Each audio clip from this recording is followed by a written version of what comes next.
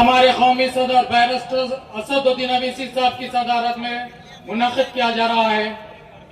और मेरे साथी काउंसलर्स, जिसकी तरफ से पहला जलसा है ये, हम आपके सामने एक मर्तबा नहीं, साल के 5 मर्तबा आपके बीच में रहते हैं।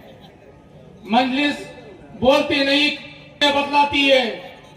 आपके सामने जो 10 साल 2014 से लेकर अब 2024 तक जो डेवलपिंग काम किए गए हैं आपके नजरों के सामने है।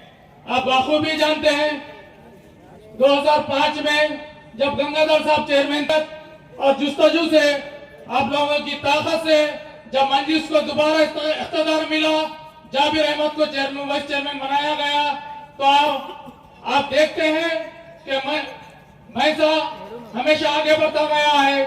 कितना डेवलप काम किया गया है आपकी नजरों के सामने है। और मैं आपको ये बतलाता चलूं, सब में बड़ा काम किया मजलिस ने वाटर सप्लाई का। वाटर सप्लाई की पाइपलाइनिंग ऐसी बिछाई गई है जाबिर साहब, वरना आने वाली नस्लें उजालों को तरस जाएगी।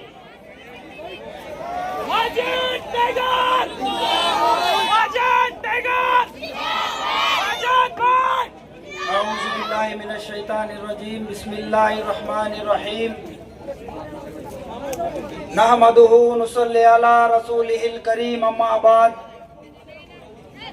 स्टेज पर तशरीफ फरमा हमारे कायद मोहम्मद जाबिर अहमद साहब, टाउन सदर फैजुल्ला खान साहब और मेरे तमामी काउंसलर्स और मेरे भैंसा के जियाले नौजवान, मेरे बुजुर्गों और पसे पर्दा बैठकर सुनने वाली मेरी इज्जतदार माँ और बहनों, अस्सलामु अलैकुम व रहमतुल्लाहि व बरकातुहू। हर सिमत मचलती किरणों ने अफसोस शबे गम तोड़ दिया। अब जाग उठे हैं दीवाने, दुनिया को जगा कर दम लेंगे। ये बात आया है दुनिया पर, हम फूल भी हैं अंगार भी हैं। ये बज़ में जहां महकाएंगे या खून में नहा कर दम लेंगे। सोचा है कफिल अब कुछ भी हो, हर हाल में अपना हक लेंगे। इज्जत से जिए तो जी लेंगे या जाम शहादत पी लेंगे।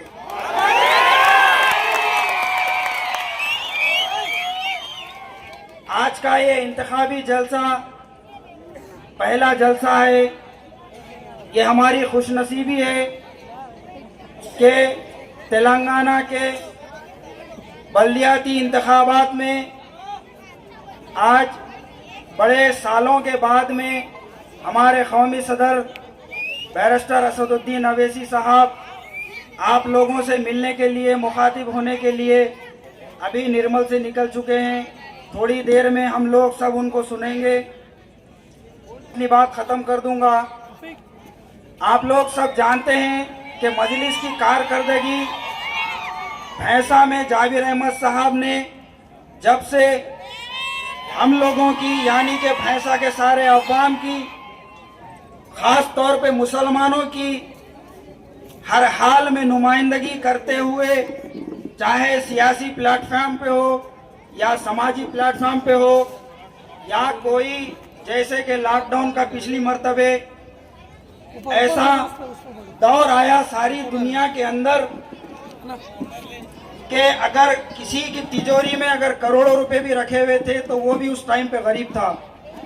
उस हालात में जाबिर अहमद साहब ने अपनी तबीयत की परवाह नहीं की और मुझे और फैजुल्ला खान साहब को और आमिर साहब को हिदायत दी कि हर जगह जहां भी लॉकडाउन में जो गरीब मुस्तहिकीन बीमार हैं ऐसे लोगों की नुमाइंदगी डॉक्टरों से की जाए और खुद भी कलेक्टर्स और बड़े ओहदेदारान से राब्ते में रहे।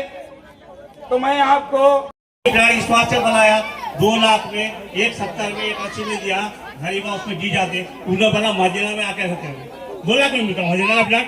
पब्लिक पागल है, पब्लिक को गोल घुमा रहा, ये कब तक चलेगा? अरे खोलो ये में हमारी वोटर लिस्ट जो है ना 42,000 की थी म्यूनसिपालिटी में। उसके बाद एमएलए एमपी इलेक्शन में 49,000 से एकदम 50,000 की वोटर लिस्ट थी। तो ये लोग नहीं देखते, क्योंकि वोटर लिस्ट का काम जो है ना इनको नहीं मालूम है। वोटर लिस्ट जो है वो 8-9 हजार बड़े नहीं देखे, सिर्फ बल्दिया का इलेक्शन हुआ तो ये लोग देखते हैं कि मुसलमान वोटों की तादाद बढ़ गई बोलते। तो ये इनकी गफलत है, बोलना शुरू कर दिए कि जाबिर साहब मुसलमान एक वोटा 10,000 बढ़ा दिए बोल के। इनको ये नहीं मालूम है कि जाबिर साहब तो आज 1 साल से बल्दिया में नहीं है, फिर ये वोटर लिस्ट जाबिर साहब तो बनाए नहीं।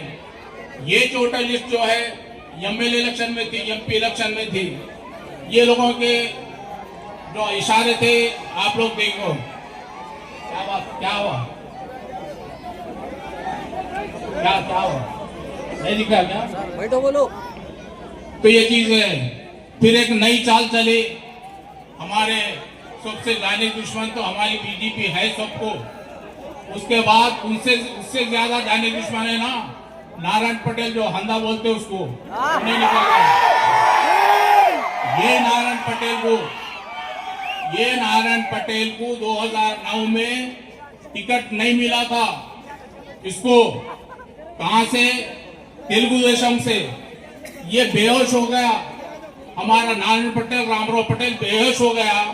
मेरे को ये बुला के बोले कि जाबिर भाई तुम्हारे पांव पड़ते। मैं बोलूं बुलाओ उसको, जाबिर भाई तुम्हारे पांव पड़ते, हम असद साहब को बोल के हमको टीआरएस का टिकट दिलाओ। असद साहब यहाँ है आपके मेरे साहब। मैं उनको जाके बोला था, अरे मैं ऐसा कैसा हुआ? तो साहब ऐसा हुआ, और बीजेपी को सीट चले गई। वो हमारे जगदीश मशेटीवाल साहब थे। तो उस जमाने में टीआरएस नहीं थी। उनके लोगों को बुलाकर दारुसलाम में महमूद अली साहब थे, उनको बुला के बोले कि मैं बोल रहा हूँ, ये जाबिर बोल रहे हैं, इसको टिकट दो।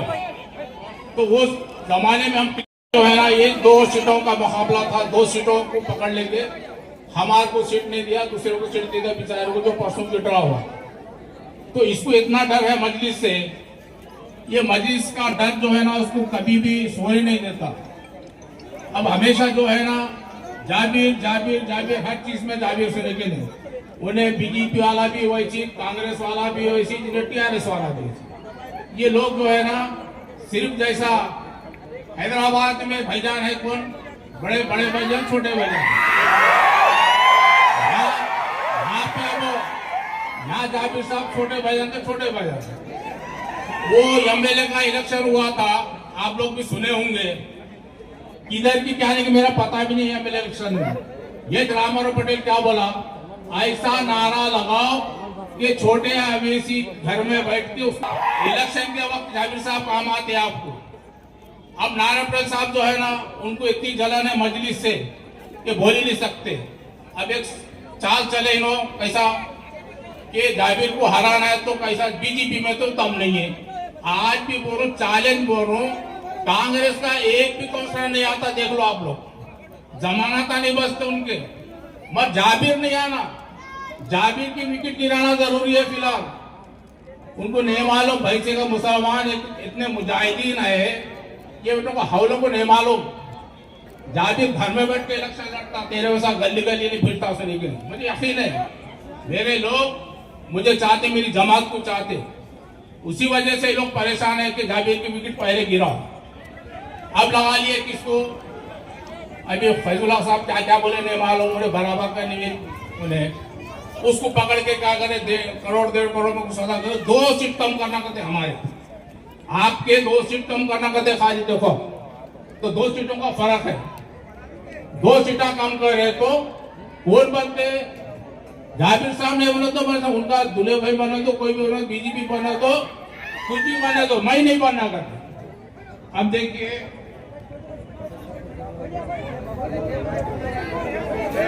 इनके वार्डों का हाल देखिए। इनका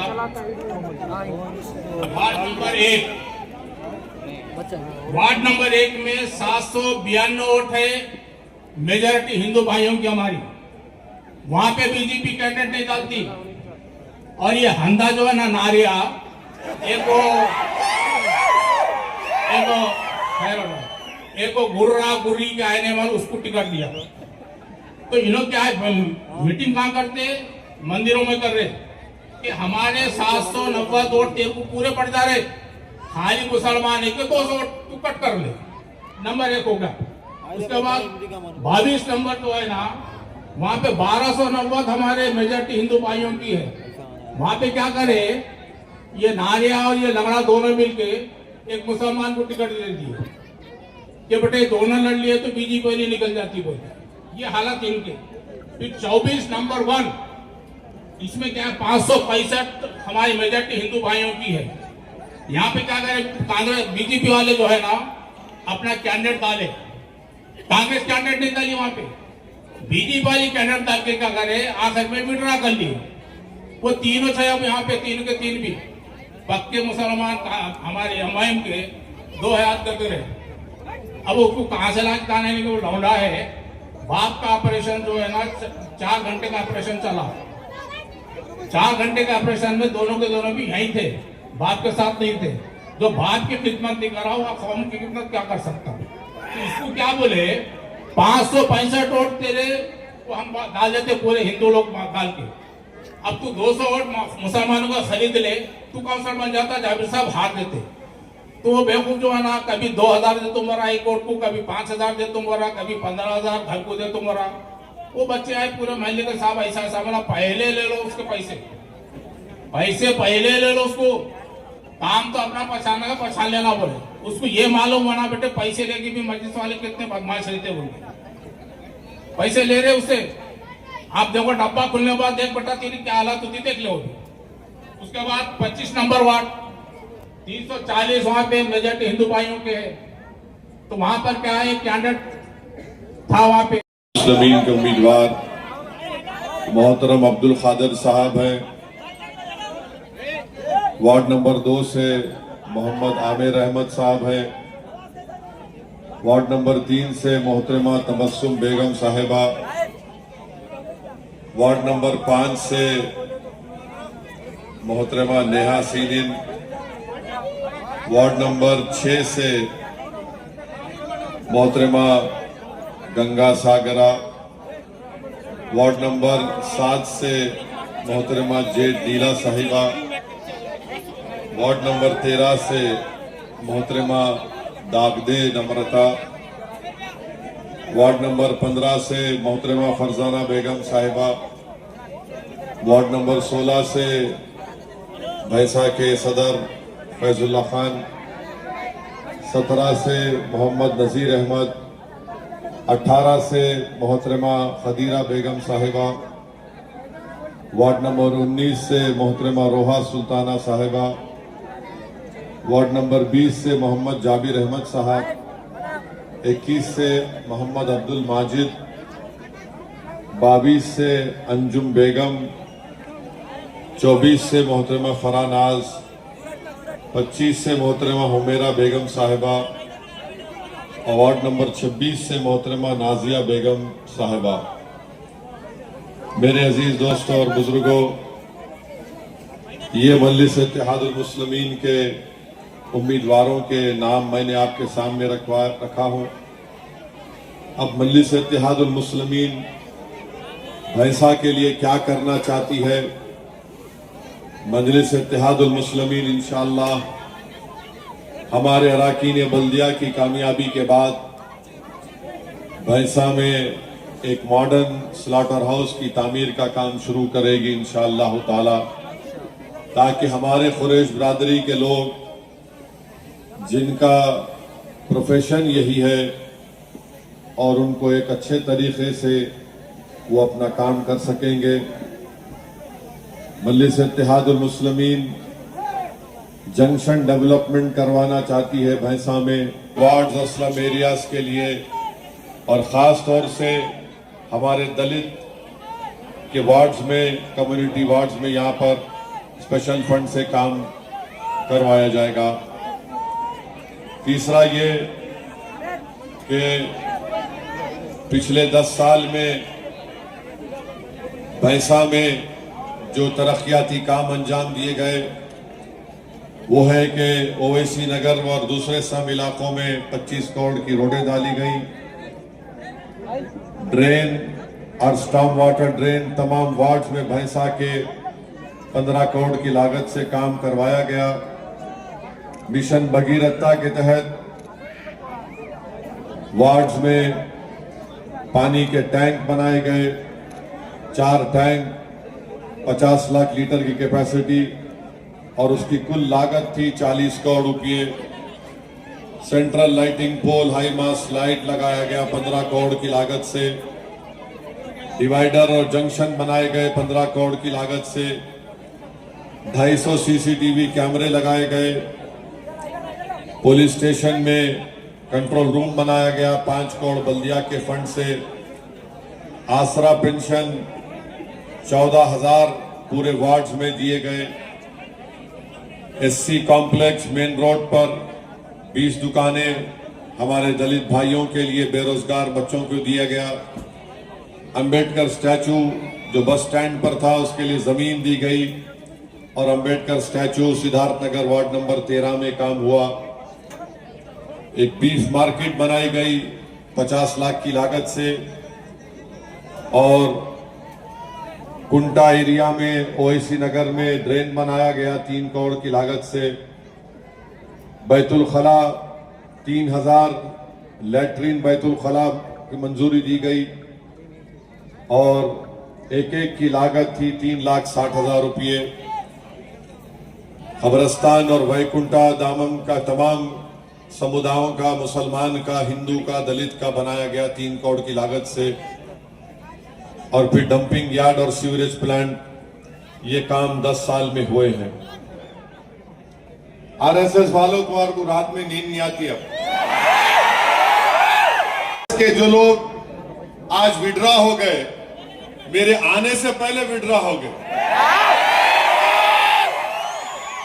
उनको मालूम था मैं आने से पहले भाग जाना।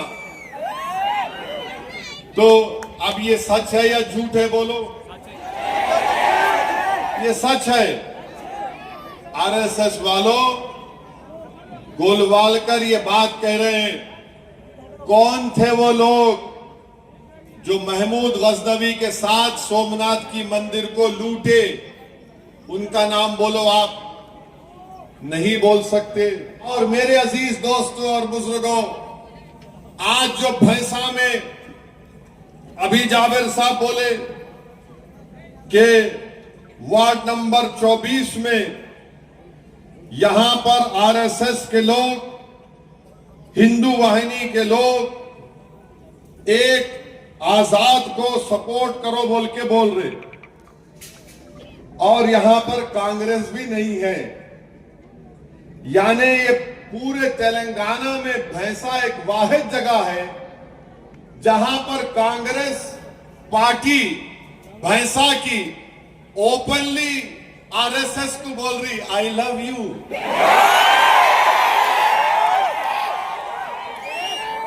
क्या मोहब्बत है रे तुम लोगों की? हम तो जानते हैं अंदर से थी या जबान पे आई गई। तो ये मिलके यहां पे काम कर रहे। और फिर भैंसा में 26 वार्ड है, बीजेपी कितने लड़ रही? 12 लड़, कितने लड़ रही बीजेपी? 12 लड़ रहे। बास जगह पे तो बीजेपी कांग्रेस मिलके एमआईएम से लड़ रहे हैं। वार्ड नंबर 15 में यहां पर अपना कैंडिडेट बीजेपी विड्रॉ कर लेती है और बोलती है कि कांग्रेस के कैंडिडेट को वोट दे दो। वार्ड नंबर 22 में एमआईएम के कैंडिडेट को रोकने के लिए वहां पर अपना कैंडिडेट, वार्ड नंबर 26 में भी बीजेपी अपना कैंडिडेट विड्रॉ कर लिए। वार्ड नंबर 24, 25, 26 में बीजेपी अपना कैंडिडेट उठा लिए और उनको बोल रहे इंडिपेंडेंट का साथ दो। अब मैं ये इंडिपेंडेंट से पूछना चाह रहा हूं, बेटा तू कर रहा क्या आजकल? 11 को तो इलेक्शन हो जाता ना, उसके बाद क्या होगा तेरा कालिया? कई को कर रहा है बेटा, आजा, मैं तेरे गले से लगाने तैयार हूं, आजा तू। कुछ होने वाला नहीं है, खामखा सर फोड़ रहे तुम। और ये बीजेपी कांग्रेस वालों, याद रखो तुम्हारी ये लव स्टोरी को पूरे भारत में बोलूंगा मैं अब। 2026 love story of Congress and BJP in भैंसा। क्या है ये? एक जावेद चेयरमैन नहीं बनना, पूरे एक हो गए, मनु मनु मकटी। ये क्या है बाबा? ये सेकुलरिज्म है। अच्छा, मेरे अजीज दोस्तों और बुजुर्गों, मेरी आप सदबन गुजारिश है कि 11 तारीख के दिन आपको अपने के वोट का इस्तेमाल करना है। भैंसा में अगर कोई ऐसे भी लोग हैं जो ज्यादा खुद एतमादी का शिकार है, नहीं नहीं नहीं हम जीत रहे, अगर आप वोट नहीं डालेंगे अपना, तो याद रखिए आने वाली नस्लें उन वोट नहीं डालने वालों को माफ नहीं करेगी। बीजेपी का एक एजेंडा है। बीजेपी का एजेंडा क्या है? बुलडोजर लाओ, घर तोड़ो। बीजेपी का एक एजेंडा है गोश्त के नाम पर पीटो। बीजेपी का एक एजेंडा है गाय की रक्षा के नाम पर मॉब लिंचिंग करो। बीजेपी का एक एजेंडा है कि अगर जहां कहीं भी इबादत हो रही, चाहे वो ईसाइयों की हो, मुसलमानों की हो या किसी की हो, नहीं मजहब तब्दील किया जा रहा, वहां पर कुछ जाके गड़बड़ करो, नाम देखे बाबा, नाम बदल दो। ये बीजेपी का एजेंडा है। अब भैंसा की आवाम को बीजेपी आरएसएस के एजेंडे में उसको रोकना है, उनको शिकस्त देना है। और उसका बेहतरीन तरीका यह है कि आप 11 तारीख के दिन अपने एक वोट का सही इस्तेमाल करते हुए पतंग के निशान पर आपको अपना सिंबल लगाना है, वहां पर सील लगाना है। मशीन नहीं है, बैलेट पेपर पर आपको पतंग के निशान पर वहां पर सील लगाना है। और मैं आपको एक और बात बता के जा रहा हूं, तेलंगाना में एसआईआर होगा, और एसआईआर जब होगा, उत्तर प्रदेश में कई जगह से मीडिया से रिपोर्ट आ रही है कि मुस्लिम अक़लियत के नामों को निकालने के लिए फॉर्म 7 डाला जा रहा है। मैं उम्मीद करता हूं कि जाबिर अहमद साहब इस इलेक्शन के खत्म होने के बाद इंशाअल्लाह अल्लाह उनको चेयरमैन बनाएगा। उसके फौरन बाद वो एसआईआर पर पूरे भैंसा की गरीब आवाम की रहनुमाई करेंगे, और जितने जेन्युइन वोटर हैं उनका सही मैपिंग होगा, और जिसको दस्तावेजात की जरूरत पड़ेगी वो मैं आपसे वादा कर रहा हूं कि इंशाअल्लाह ताला भैंसा में मजलिस इत्तेहादुल मुस्लिमीन आपकी पूरी मदद करेगी। बल्दिया में जेन्युइन वोटर का नाम है, 2002 की वोटर लिस्ट में नाम है, तो फिर उनका भी नाम डालना फॉर्म में, उनकी औलाद का भी नाम डालना, जो डॉक्यूमेंट्स है उसका भी अभी आपके सामने मुझे बताया गया कि वो दिया जाएगा।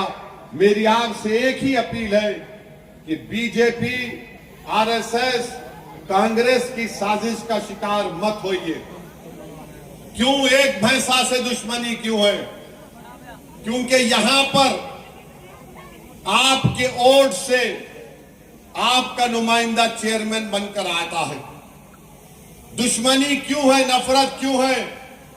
क्योंकि डेवलपमेंट के काम करवाए गए, सुकून और राहत की जिंदगी का इंतजाम मजलिस इत्तेहादुल मुस्लिमीन ने यहां पर मुहैया करने की कोशिश की।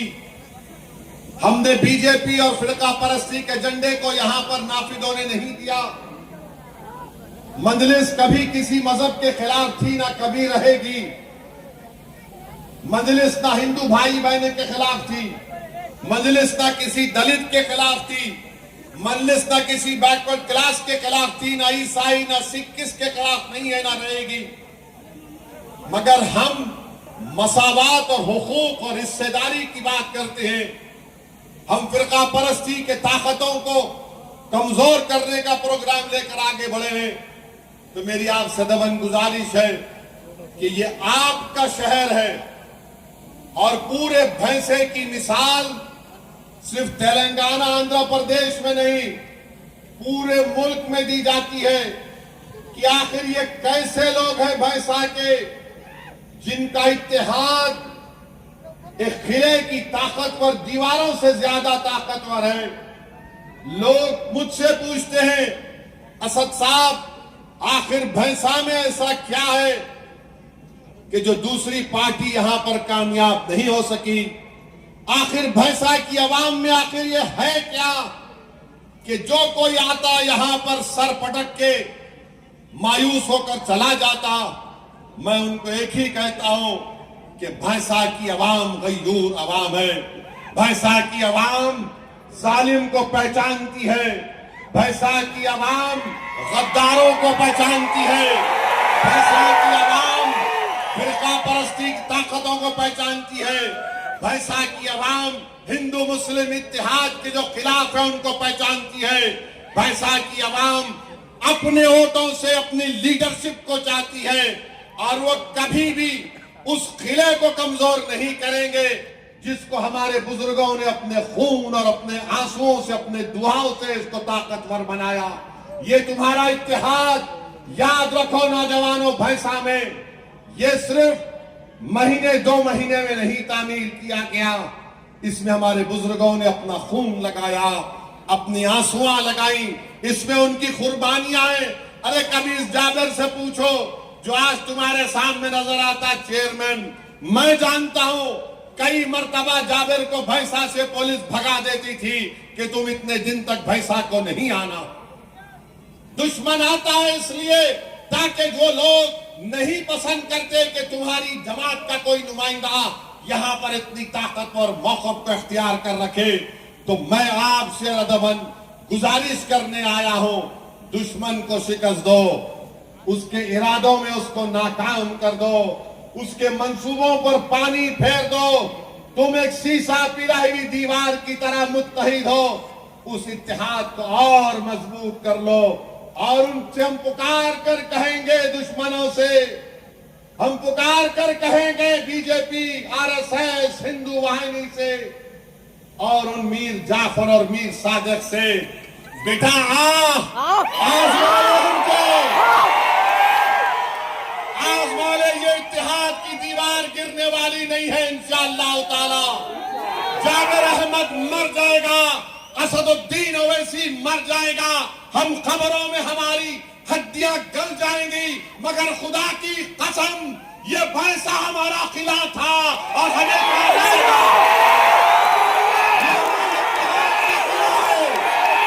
ये हमारी सियासी ताकत का किला है, ये हमारी पहचान है और इंशाअल्लाह ताला वो रहेगा। मुझे इस बात की पूरी उम्मीद है कि अल्लाह इन तमाम लोगों के मंसूबों को नाकाम कर देगा इंशाअल्लाह, और ऐसी जीत हासिल करेंगी कि हम गेम बदल देंगे इंशाअल्लाह, पूरा गेम बदल देंगे। तो आपको भी 11 तारीख को बीजेपी, कांग्रेस, आरएसएस, हिंदू वाहिनी, ये मीर जाफर, मीर सादिक का गेम बदलेंगे। तो जोर से बोलो, 11 के दिन गेम बदल देंगे, गेम बदल देंगे। अब नियाती रात में नींद लो, अब नियाती किसको बुलाते बुला लो। अमित शाह सुना 8 तारीख को आ रहे, निर्मल उनको बुला लो, यहाँ पे कुछ भी नहीं होने वाला है। वैसे के नौजवानों, अब तुम्हारी बारी है कि तुमको अपने मजबूत खंडों पर इस जमात को लेके आगे बढ़ना है। नहीं मालूम मेरी जिंदगी का चिराग कब बुझ जाए अल्लाह जानता है, मगर मेरी एक ही ख्वाहिश है, मैं हमेशा अल्लाह से दुआ करता हूं कि रब्बे करीम, हक तो यह है कि हक अदा ना हो सका, तूने बेशुमार नेमतों से मुझे नवाजा। अल्लाह मेरी आंख बंद होने से पहले मेरी एक ही ख्वाहिश यह है कि हिंदुस्तान के कोने कोने में भैंसे की तरह इत्तेहाद पैदा हो जाए। मेरी एक ही दुआ है कि जिस तरह कौम की तड़प यहाँ के बच्चों में है, यहाँ के बुजुर्गों में है, और खास तौर से यहाँ की माओ में है, उस तरह का धड़कता हुआ दिल अल्लाह उनको दे दे। और मुझे यकीन है कि इंशाअल्लाह ताला वो दिन आएगा। मैं रहूं या ना रहूं, मेरी इस तकरीर के अल्फाज को तुम याद रख लेना। ये नौजवान, तुम देखोगे वो दिन कि हमने कहा था, और इंशाअल्लाह ताला हम उस दिन को हासिल करेंगे। तो मेरे अजीज दोस्तों और बुजुर्गों, मेरी आपसे अपील है कि 11 तारीख के दिन अपने के कोर्ट का इस्तेमाल करिए, इनकी बातों में मत आइए। मेरी तकरीर के बाद अब शैतान ज्यादा एक्टिव हो जाता, कल सुबह से उन्हें शुरू हो जाता, अरे नहीं आया ही नहीं, तो कल से शुरू बोली, और नहीं नहीं ऐसा नहीं है, माहौल कुछ है भाई, उन्हें वैसा इन्हें वैसा, कुछ नहीं होता। ये सब रेशमी नाड़े हैं, याद रखो, कुछ होने वाला नहीं है। मां खेल रहा ना इन्हें, जम्मक झक्का है, जम्मक झक्का। वो क्या बोलते हैं उसको, वो इमली के कौन से, वो घेरा डालते देखो, हाँ क्यों लेके टाप मारे ना, जो पूरा चोंचो, उसको तुम चोंचे खेल रहे ना, खेलो, मालूम होता तुम्हारे को, वो भी नहीं आता, मालूम नहीं। हम गेम बदल देंगे पूरा इंशाअल्लाह। तो मेरे अजीज दोस्तों और बुजुर्गों, 11 तारीख के दिन अपने के कोर्ट का सही इस्तेमाल करिए। जहां पतंग का निशान दिखा वहां पर थप्पा मारिए, अपने इत्तेहाद को बचाइए, उसको मजबूत करिए। और ये लोग जो आए हैं, ये सिर्फ कोशिश कर रहे हैं, इंशाअल्लाह ताला अल्लाह इनको शिकस्त देगा। मुझे पूरा यकीन है आप पर कि आप यहां पर भारी अक्सरियत से पूरे मजलिस के अराकीन बल्दिया को कामयाब करेंगे। और मुझे जानकर बड़ी तारीख को मेरी आपसे अपील है कि भैंसे की पूरे आसमानों पर सिर्फ पतंग नजर आना चाहिए, और पोलिंग बूथ में खाली आवाज आना, ठपा ठप ठपा ठप ठपा ठप ठपा ठप ठपा ठप ठपा ठप। और पोलिंग बूथ में एक ही आवाज आना, आज खाली पतंग पतंग पतंग पतंग, बाकी सब। और हम कैसा डालना पतंग को, शादी में से डाल के